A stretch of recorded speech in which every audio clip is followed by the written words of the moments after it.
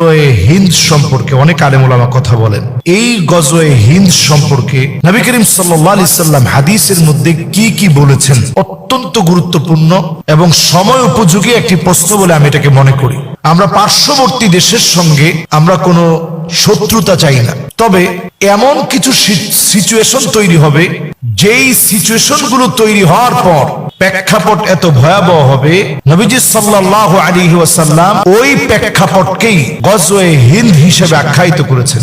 বেশ অনেকগুলো হাদিস নবীজি সাল্লাল্লাহু আলাইহি সাল্লাম এই মর্মে বলেছেন এবং নবীজি সাল্লাল্লাহু আলাইহি সাল্লাম এই কথা বলেছেন যে ওয়াদানা রাসূলুল্লাহ সাল্লাল্লাহু আলাইহি ওয়াসাল্লাম, নবীজি ওয়াদা করেছেন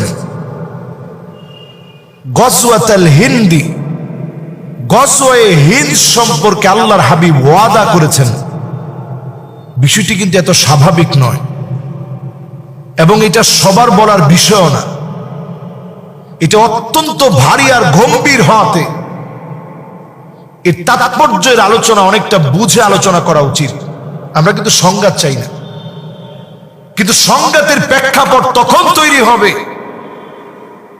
যখন একজন ধর্মযাজক, ধর্মীয় পণ্ডিত ব্যক্তি আমার রাসূলকে নিয়ে যখন কটূক্তি করবে, ইসলাম নিয়ে যখন কটূক্তি করবে। আপনি শুধু আমার দেশ নিয়ে চিন্তা করেন, আমার দেশ নিয়ে যখন কটূক্তি করে আমার হৃদয়টা ধুমড়ে মুচড়ে যায়। এটা খুব স্বাভাবিক, এটার নাম দেশপ্রেম। তো নবীজি সাল্লাল্লাহু আলাইহি সাল্লাম পরিষ্কারভাবে সতর্ক করে গিয়েছেন একটা গজওয়ে হিন্দ আসবে। ফাইন আদরাকতুহা উনফিক ফিহা নাফসি, নবীজি বলছেন ওই গজওয়ে হিন্দ যদি আমি নবী পেয়ে যাই, আমি আমার নিজের জীবনকে গজওয়ে হিন্দের জন্য উজাড় করে দিব। সুবহানাল্লাহ।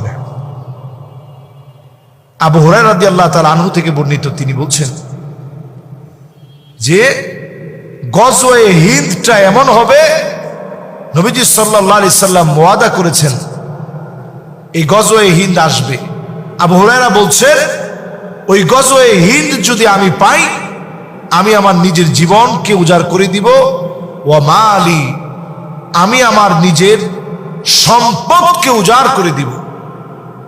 ফাইন উক্তাল কুনতু মিন আফদলিশ শুহাদা, আর যদি আমি শহীদ হয়ে যাই, গজওয়ে হিন্দের ভিতরে যদি আমি শহীদ হয়ে যাই, আমি সবচেয়ে সেরা শহীদদের অন্তর্ভুক্ত হব। সুবহানাল্লাহ বিহামদিহি।